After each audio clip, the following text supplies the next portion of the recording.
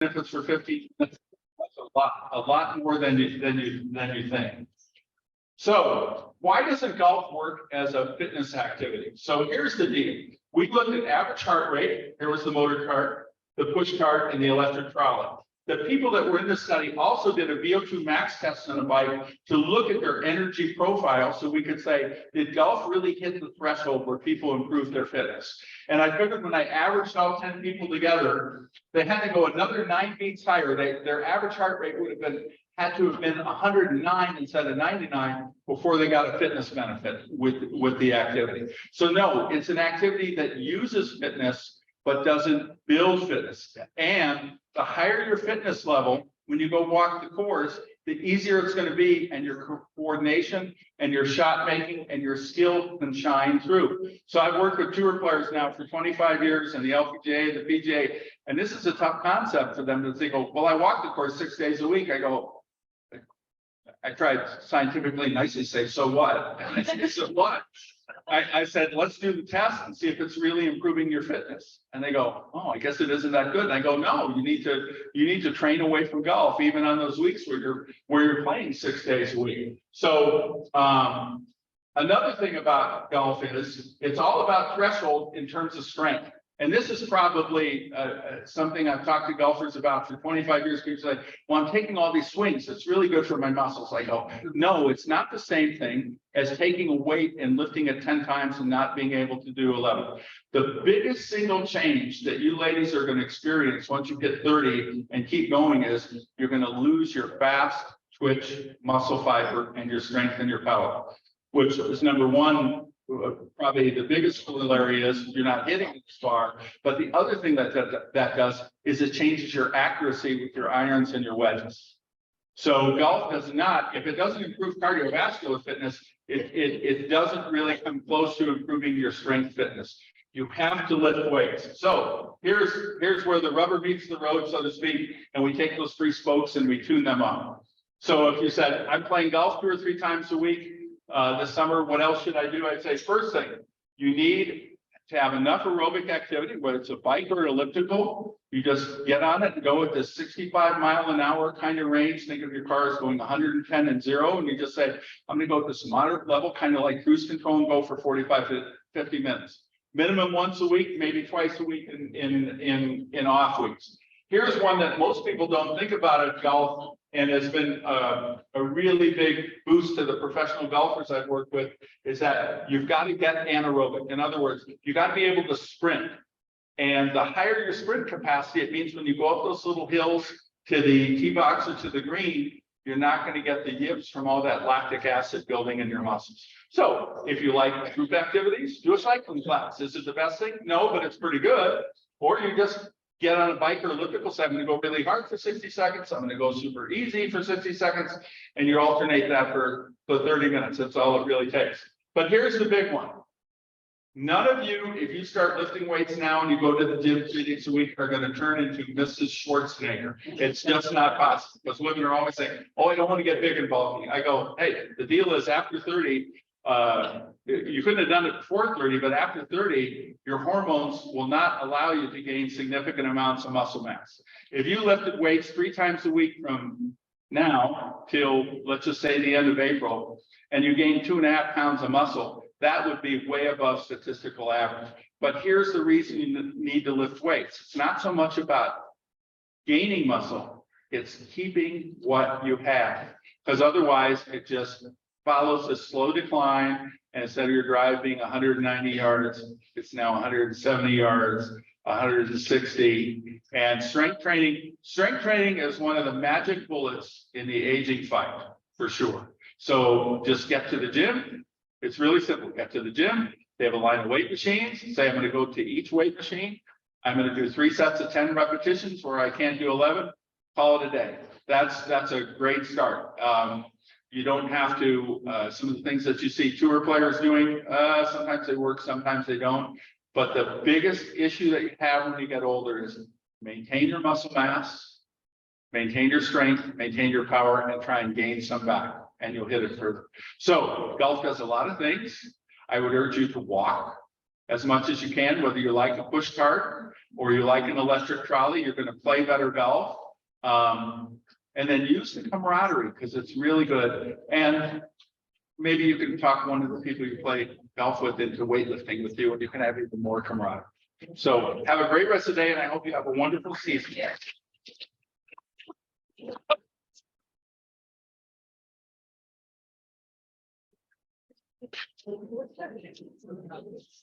All right, can we get another round of applause?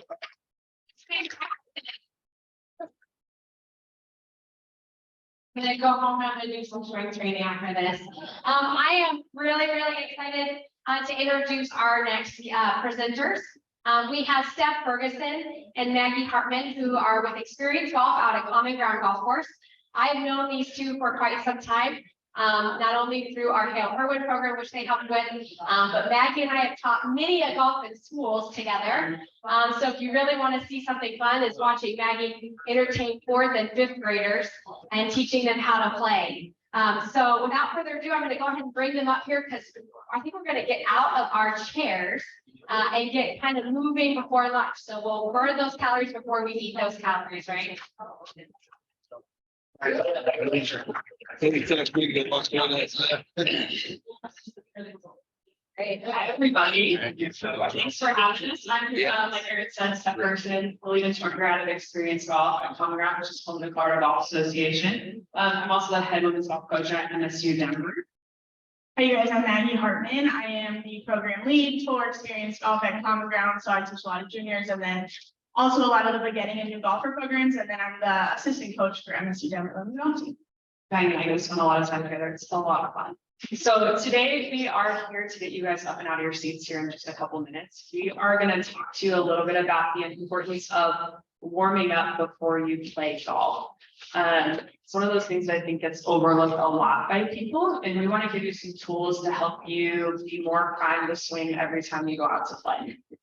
Yeah, so Stef and I spend a lot of time at the golf course. We teach lessons at Common Ground almost every day. And a lot of our students come to us and say that they want to hit it further. So we're going to help you out with that a little bit today. But also when we're at the golf course, we see a lot of people going out to play every day. And the most common thing we see is that people get their clubs out of the trunk. They go hit some golf balls, which is absolutely a good thing to do. But it is not a sufficient warm-up. So we're going to talk to you about a warm-up you can do. A lot of people even just get the clubs out and go straight to the tee. We all know that feeling of being rushed. But this is something that you can do really quick. You could do it at your trunk. You can do it on the putting green or the first tee if you keep these bands with you. So that's why we really encourage the CGA to gift you these today, which is exciting. But yeah, this is a really easy warm-up, and Stef's going to talk to you a little bit here first about why this is super important. So there's an organization called the Titleist Performance Institute. It's two guys, Greg Rose and Dave Phillips. They're out in California, and they have grown this huge database of information about not only golf, but athletics in general. So they released an article a couple of years ago about different types of warm-ups and how it would affect the carry distance on your driver. So there's a few really interesting things to know about the article. And the first one, they just talk about it in the article. It's not actually part of the study that they did, but it talks about static stretching before you play golf. So that would be like stretching and holding the position. So maybe like touching your toes, holding it for 20 or 30 seconds, something like that. So what they talk about in the article is that can actually decrease your strength and power output by about 28%.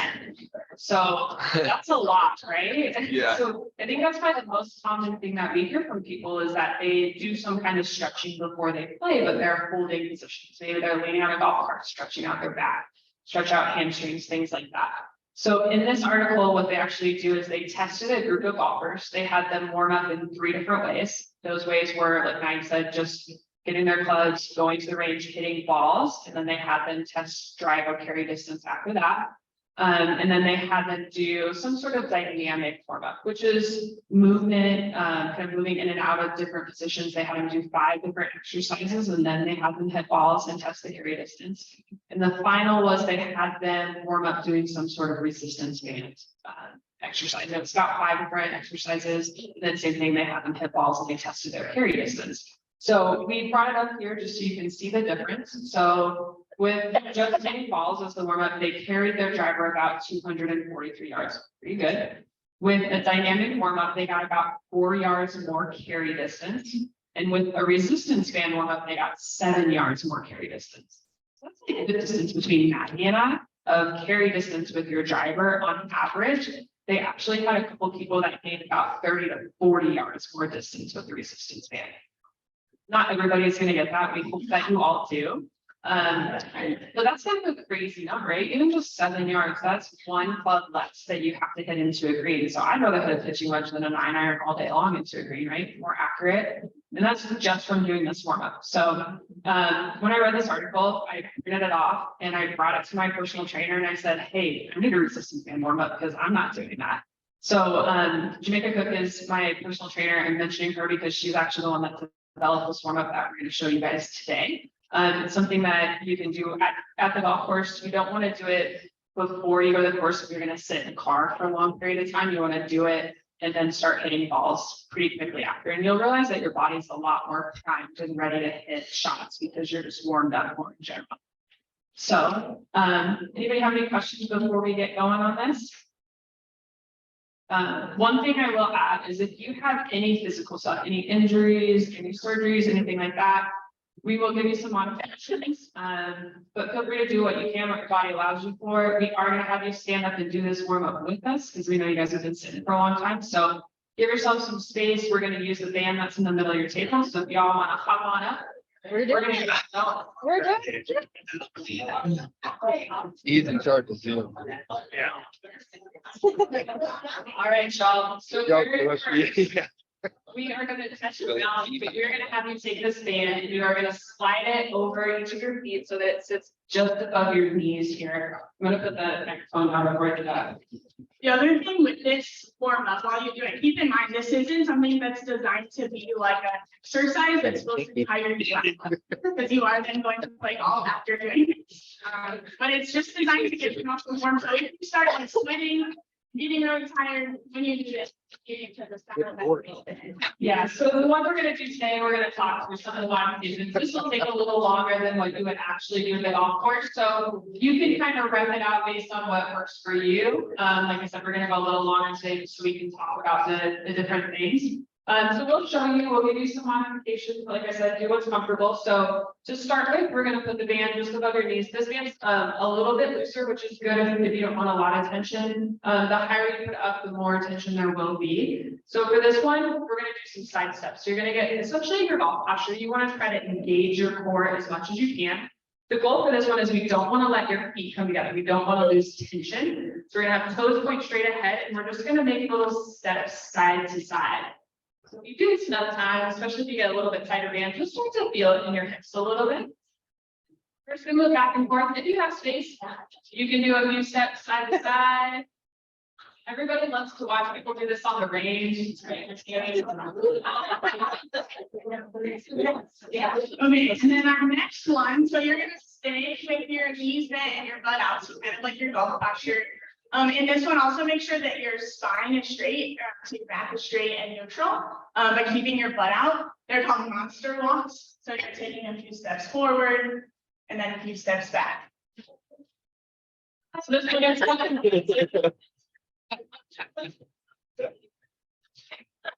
there you go, a little further. Yeah. Let's remember monster walks. Yeah. All right, so from here, you can take the band on your legs for right now. This one I'm going to preface is a little awkward to do, so it's kind of uncomfortable, but it's really good for loosening up your hips and your pelvis. So this one you're going to get in your golf posture. You're going to start with a pretty neutral spine. You want to engage your low abs as much as you can. And what you're going to do is you're going to kind of imagine that your hips are a bucket of water. So you're going to arch your back and tip the water forward. And then you're going to pull your hips under and try to tip the water back. So it's like essentially a standing cat cow. Yeah. Yeah, so for the yoga folks in the room, you've done this a little bit. So just kind of move back and forth between that motion. If you feel like you shake, that's super normal. Just need to practice it a little bit more. But the more you can engage the lower abs, the less you should shake when you do that. So just back and forth as much as you can, kind of get those hips loosened up. I promise this is the most awkward, though we want to get better. At least you're not doing it on the stage. Okay, so this one's a little better. This one's a hip rotation. So again, in that golf posture, you can put your hands over your shoulders, or if it helps, if there's a chair in front of you, or if you're with someone, you can like hold their shoulders. So something to stabilize your shoulders. So instead of doing it, she'll hold my shoulders and I'm kind of rotate my hips back and forth. Keep your knees really soft when you do this one, and just try to keep your shoulders stable, rotate your hips back and forth. This one's a really good one to do when we're starting to talk about power in your golf swing. So learning how to separate your upper body from your lower body. This is one we recommend, if you're hanging out at home watching TV, get your golf posture and just try to make your shoulders as stable as you can. You'll start to realize you'll be able to get a bigger rotation in your golf swing. So now we're gonna do the opposite. You're gonna keep those hips really quiet and we're just gonna rotate your shoulders as much as you can. So these are both really good ones, like Steph said, if you're watching TV, but also like if you have a full length mirror at home to do this while you're looking in the mirror, and you can give yourself a good check of how stable that other part of your body is. And if you notice that one side is really tight or you can't rotate as much, that might be an area that you work with some kind of training, like strength training or anything like that. Might be an area that might need to be looked at a little bit. So it can show up in your golf swing too. Okay, so this next one is a lunge with rotation. So you can take the band off. I'll give you a second to do that, and then we'll try out this next one.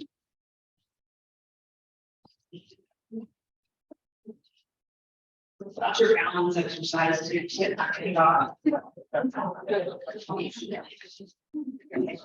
So once you get that band off, you're gonna put it over your wrist with your arms out in front of you. You might want to make it a smaller circle for this one, so kind of double it up so you have a little more tension. Yeah, so this one, you're gonna put the band over your wrist, you're gonna put your hands out in front of you, try to stretch your arms and keep your arms out straight. So with both hands, that's gonna show you. Pull your shoulder blades back when you do this, and then you're gonna lunge with your front with one leg, and then you're gonna rotate towards the bent leg. So rotate as far as you can over that leg that is bent in front of you. Might be a little crowded now. So you're going back and forth. So again, in order to not keep this as a static stretch, try to go back and forth and then switch sides, maybe every 2 or 3 rotations. Really try to keep that tension on your arms. Try to engage those arms too. Shoulder blades back, arms out, and rotate over that bent leg. Oh, it's nice because the back was a little bit. Okay, so now we're gonna keep that band on your wrist. And for this one, we're gonna try to make most of the movement come from our shoulders. So same thing, we're gonna start your golf posture. You're gonna engage your low abs with a nice neutral spine.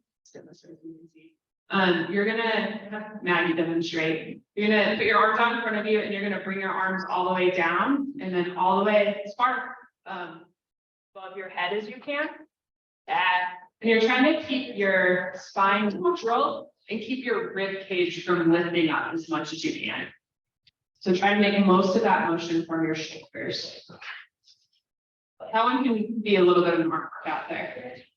A lot of things I will add to like the lunge and then this one, they feel pretty weird at first, so you might feel pretty restricted, but the more you do it, like anything, it'll get better. It'll feel more natural and you'll feel an increase of your range of motion. So again, if this is something you practice at home and you do in the mirror, the more you do it over time, you'll see that increase in what you can do.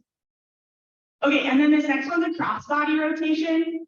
So same thing, you're gonna keep that band over. Steph can kind of show you a little bit better while I tell you, but you're gonna squat down to one side and reach for that toe, or reach for one of your feet, and then you're gonna rotate diagonally up the other direction. So do this a couple times and then switch directions. So go down to the other foot as you squat, and then you're gonna go diagonally across the bottom. For this one, when you squat down, you're trying to keep your chest up as much as you can. So if you can't get all the way down to that foot and keep your chest up, that's okay. It's more important that butt stays back, your chest stays up. How are we feeling so far? Are you doing okay? Yeah. Hopefully a little better than you were sitting in the chair. Okay, perfect. You can set that band down. We are done with it for right this second.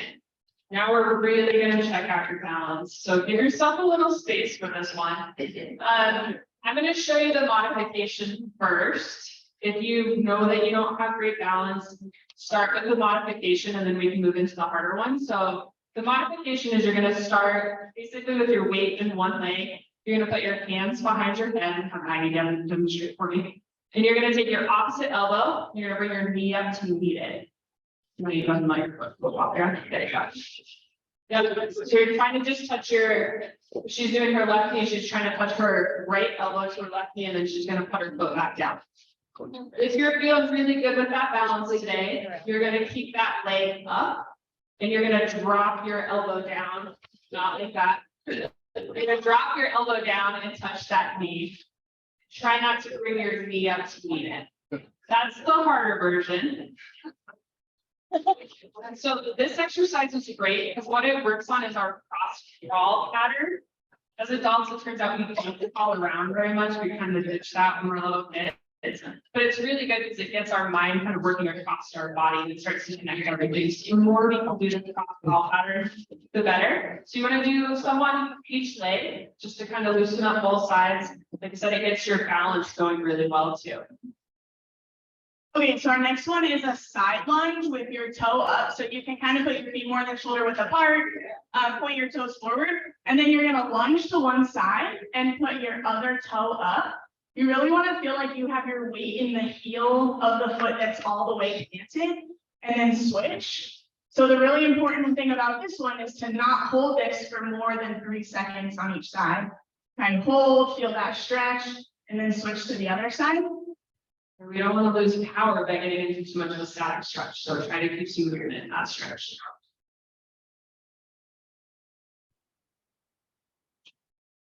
All righty, we just have a couple more for you. So next we're going to loosen up the ankles a little bit.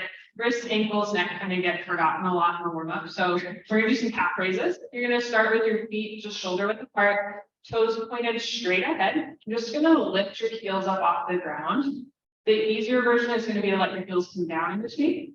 The harder version would be to keep your heels elevated the whole time. And this is something that's okay, like for starters, if you have a club in your hand or you're holding onto the side of the cart or like something for balance for some of these, like the last 2 balance ones that Stef has done, it's okay to start hanging on to something. And then as you do it more, you'll be able to do it. And then after you've done a few of your toes straight ahead, you're going to turn your toes out and do the same thing. About 10, loosen up those calves. And then after you do a few on that, we're going to turn the toes all the way in. We're going to do the same thing. This one kind of burns after a while. It's a good one. We're getting ready for lunch. Okay, and then the last one we have for you is as someone with some wrist stuff. I love these stretches. So put your hands out in front of you, both hands. You're gonna have your palms facing away and you're gonna flex them up as high as you can, as far as you can, and then the other direction and kind of go back and forth. Good, a couple of times. And then next you're gonna, Steph will show you, you'll have one hand out and you'll take your other hand and pull your fingertips back towards you. Hold it for a couple of seconds and then you can do it the other way. That is definitely an underrated one before you play golf. You need to do that. You could use a band for that. You could put a band on your fingers and use a band to pull back if you want. But that's going to be a pretty good warm up to get most of your body loosened up. How's everyone feeling? Ready to get 7 hours of walking. So that is also kind of a lot to remember. We know, so Steph and I did have a YouTube video that we made and Erin has it. She has the link for you guys. So that's something you can watch on YouTube. It's very exciting. We didn't put the thriller in it, unfortunately, because YouTube belongs, but what questions do you have right now? Yeah. Supposed to do all these exercises before you start. Yeah, that's a great question. I think if you have time to do all those, it kind of hits all the different areas that you're going to need for your golf swing. If you don't, I would pick a handful, especially the resistance exercises, just to get your muscles ready to fire, ready to sprint a little bit more. I hope they get something to my backside. Yeah, so the question was, would you do this before and then hit balls? Yeah, for this, if you have time, the ideal would be to do this warm up, maybe like at the driving range, and then warm up by hitting some golf balls after. Really good question. This is something too, like you'll see a big difference. I don't know if anyone in the room has ever gone to a yoga class and then played golf or done yoga and then hit balls. You see a huge difference. So I think when you guys do this, you'll see a major difference in the contact. So some of these didn't involve the resistance band, but it's still better than a dynamic warm up, for example. Yeah, based on that study, it is, yeah, for sure. That some of the exercises didn't include a resistance band. This is still better than a dynamic warm up. Yeah, it's still gonna get things activated. You could turn most of those into a resistance band warm up. If you have, I usually have our college team carries 2 different bands. They carry a circle band and then a handle band, so they add a couple extra exercises in. But as long as we're getting those muscles activated and firing, you're gonna be better off than if you don't do it at all. Yeah, so like for example, with one of them, like the calf raises, one where we didn't use the band, like another option you could do is to put the band around your toe and pull it up, and that's basically the same stretch. Yeah, exactly. I think ASPO is the thing. Yeah, so a lot of these you can use a band with it. Yeah, different options for it. Any other questions? Everyone's ready for lunch now? Okay. Thanks for having us. You,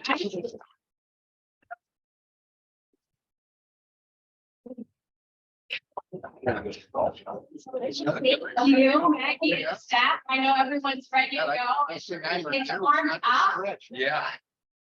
So lunch will be served starting at 12.